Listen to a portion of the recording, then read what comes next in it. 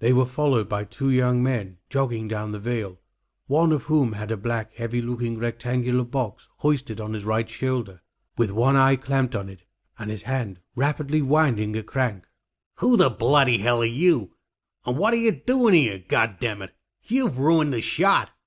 The accent was American, as was the quite exceptional rudeness. It came from a gigantic overweight figure with a shock of red hair, and a grotesque unlit cigar protruding from the corner of his mouth, like a brown stick of Brighton rock. His shirt glistened with sweat, and he was gasping for breath. Holmes was the first to recover, as Lestrade and I stood frozen in the aftermath of the pony's charge. "I am Sherlock Holmes, and this is my colleague and good friend, Dr. Watson. And over here is Inspector Lestrade of Scotland Yard. And you, my good sir, are trespassing upon a crime scene." "A crime scene? And what's the crime?" "Stopping a film from being made when the heath has been leased to me at a great cost for the night. That's a goddamn crime for sure." The unmannerly Yank and his cohort had come to halt by the bollard. "I would like to know your name," said Holmes quietly. "and I would also like to know more about your ponies. They are white Welsh cobs, are they not?" The pair of filmmakers seemed to realize that they might not hold all the trump cards in this particular scene, and after a quick, knowing shake of his head from the cameraman to the rude American, decided to be more compliant. The second man laid his recording box down to the cobblestones.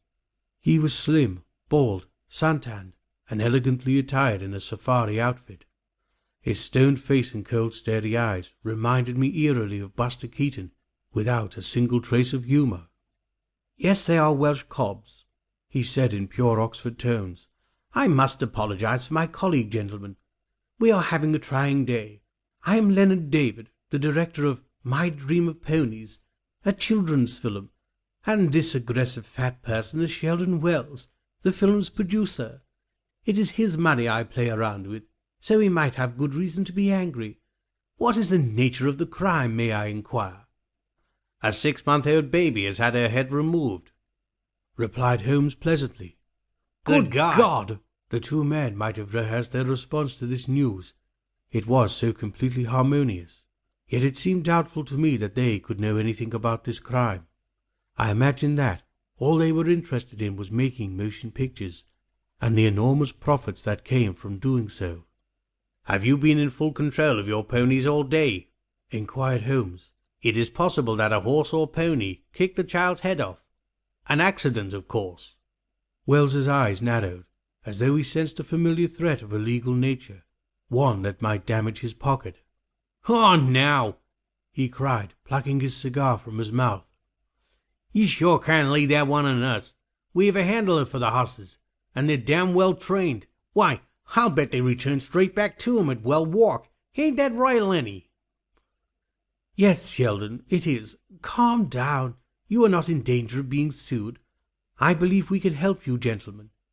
We hired the 4 ponies from a local carnival at the fairground site over in Prior's Field. The handler came with them. Frankly, we may have to do the same tomorrow if I cannot edit you folk out of tonight's scene. It has to be shot in twilight, you see. With the gas lighting, it is a dream sequence." The director finished rather lamely.